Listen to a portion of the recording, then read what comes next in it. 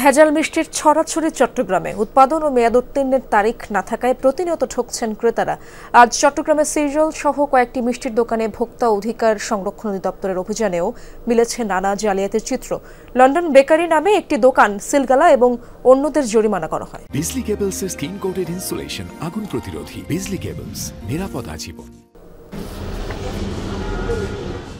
মিষ্টি কেনার সময় কখনো দেখা যায় না উৎপাদন এবং মেয়াদ উত্তীর্ণের তারিখ। নাম আর দাম দেখেই স্রেফ বিশ্বাসের উপর কেনেন সবাই। মিষ্টির দোকানে অভিযানে গিয়ে ভোক্তা অধিকার সংরক্ষণ অধিদপ্তরের কর্মকর্তারাও স্বীকার করলেন এর সত্যতা। অন্য কেউ যাচাই করতে পারবে না, এটা তাদেরই উচিত। একটা মেয়াদ দেয়া, এটার উৎপাদন কবে, এটা কবে আসছে। চট্টগ্রামের বাকলিয়া অ্যাক্সেস রোডে গিয়ে সিজল নামে মিষ্টির দোকানে অভিযানেও মিলল একই চিত্র। কেক এবং অন্যান্য খাদ্যপণ্যেও মেয়াদ উত্তীর্ণের তারিখে ঘাপলা পেয়ে মালিককে ৫,০০০ টাকা জরিমানা করে অভিযান টিম।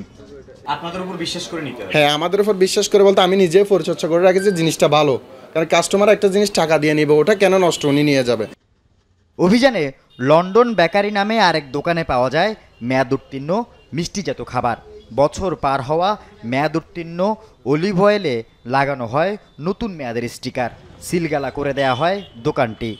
এটা তো অপরাধ করছে, এটা মারাত্মক অপরাধ করছে। ম্যানেজারে শেষ করতে হবে, ওর গাফিলতির কারণে যেহেতু এটা হচ্ছে, এটা তো আমার লস।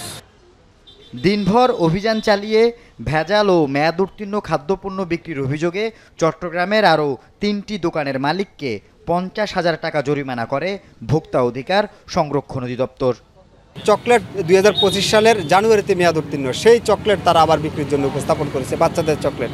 এরপরে আচার, অলিভ অয়েল, বিভিন্ন ধরনের পণ্য, প্রচুর পণ্য যেখানে হাত দিচ্ছি আমরা মেয়াদ উত্তীর্ণ পাচ্ছি। আল আমিন শিকদার, যমুনা নিউজ, চট্টগ্রাম।